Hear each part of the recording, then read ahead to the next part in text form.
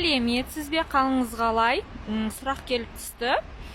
Гемоглобин қалай көтеруге болады? 1 жаста дейді бала. Баланың бірінші гемоглобин қандай себептерден түсіп жатқанын білу керек. Қан кетулер жоқ па?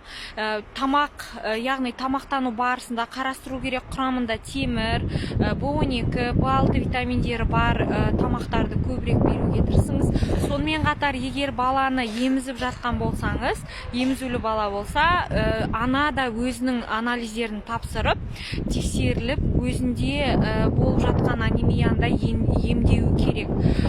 Сондықтан өзіңіздің педиатрыңызбен сөйлесіп, анализдерді толық тапсырып, не себептен болып жатқанын біліңіз.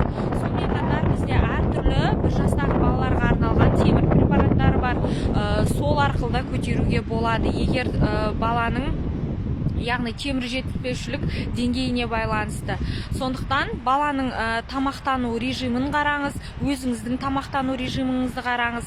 Яғни сіз емізулі ана болсаңыз, сізге шай ішуге болмайды. Себебі шайдың құрамында танин бар, ол ішектегі темір сіңіретін, яғни жерлердің бәрін бітеп тастап, темірді ағзаға сіңуіне бөгет жасайды. Сондықтан осының бәрін қарастырып отыруыңыз керек. Сау саламат болыңыздар. Егер өзіңізде қандай да бір темір тапшылықты немесе анемияның түрі болатын болса, ол кезде сіз керекті препараттарды ішіп, дәрігер тағайындаған препараттарды ішіп, өзіңіздің яғни қандағы гемоглобинді көтеруіңіз керек. Сау саламат болыңыздар.